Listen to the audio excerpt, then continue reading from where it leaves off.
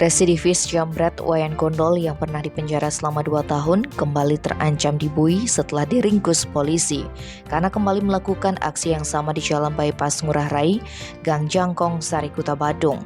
Kapolsek Kuta Kompol Orpa SM Takalapeta melalui keterangan persnya menjelaskan maling asal desa Munti Gunung Tianyar Barat Kubu Karangasem itu dilaporkan oleh turis India bernama Lalit Kumar Daga Caganlal.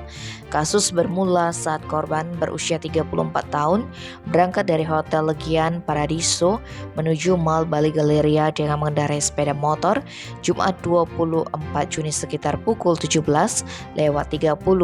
Saat itu korban membonceng istrinya. Dalam perjalanan pria itu salah jalan hingga masuk ke gang kecil di tempat kejadian perkara. Kemudian dia mengeluarkan ponsel iPhone 11 warna hitam dan dipegang istrinya untuk melihat Google Map. Tiba-tiba seorang laki-laki mengendarai motor mengambil ponsel tersebut dari belakang. Korban mencoba mengejar pelaku tetapi kehilangan jejak. Atas kejadian itu, korban melapor ke Polsek Kuta. Bertepatan kala itu, tim Opsnal Reskrim Polsek Kuta melakukan atensi di sekitar wilayah tersebut. Dari olah TKP dan pengumpulan keterangan, polisi mengejar pria dengan ciri-ciri yang disebutkan pelapor.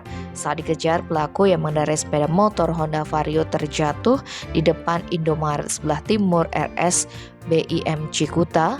Polisi pun meringkus pelaku beserta barang bukti.